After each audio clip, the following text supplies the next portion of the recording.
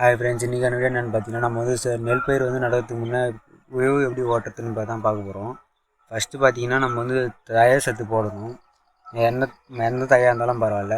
இல்லைனா வந்து தக்கப்பூண்டு அரைக்கலாம், அப்படி இல்லைனா எரு அரைக்கி ஓட்டலாம். எல்லாத்தையும் போட்டுட்டு முதல்ல 2 சால் ஓட்டி நல்லா மக்க விடணும். மக்க விட்டுட்டு அதுக்கப்புறம் பார்த்தீங்கன்னா தான் திரும்ப நடுவுக்கு முன்னே பார்த்தீங்கன்னா 2 சால் ஓட்டி பரம்படிக்கணும். நல்லா முதல்ல கைனி வந்து மட்டம் பண்ணணும்.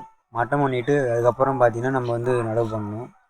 ஏன்னா அப்போ தான் நம்ம தண்ணி கட்டுறதுக்கு வந்து கரெக்டாக மட்டமாக நிற்கும். எல்லா இடத்துலையும் தண்ணி பாயும் போய், இல்லைனா ஒரு இடம் மோடாயிடும், களை முளைக்க ஆரம்பிச்சிடும். அதான் மட்டம் பண்ணணும் முதல்ல. அதுக்கப்புறம் நடவுறதுக்கு முன்னே யூரியா இல்லை உரம் இந்த ரெண்டும் கலந்து போட்டுட்டு நடலாம். அப்புறம் 15 நாள் 20 நாள் கழிச்சு களை பறிச்சுட்டு உணர்த்தணும். உணர்த்திட்டு அதுக்கப்புறம் பார்த்தீங்கன்னா தண்ணி கட்டணும். உணர்த்தி நல்லா ஒரு 4-5 நாள் கழிச்சுக்கு அப்புறம் தண்ணி கட்டணும். இந்த வீடியோ பிடிச்சா மறக்காமல் லைக் அண்ட் சப்ஸ்கிரைப் பண்ணி ஷேர் பண்ணுங்கள்.